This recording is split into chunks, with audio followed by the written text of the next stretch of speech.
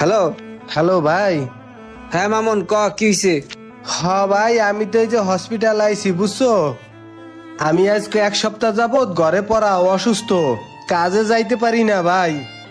এখন ডাক্তার আমারে কইলো যে আমার 3 মাস ম্যাক্সিমাম বেড রেস্টের দরকার। ভাই আমি একটু বাড়িতে আইতে চাই। হ্যাঁ তুই কি কস? তুই আয় পড়বি মানি? তুই কি পাগল হয়ে গেছিস?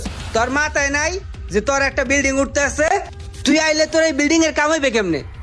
এখনো 60% কাম বাকি আছে। দেশে আইলে তুই থাকবি কই? খাওয়ার জায়গা আছে?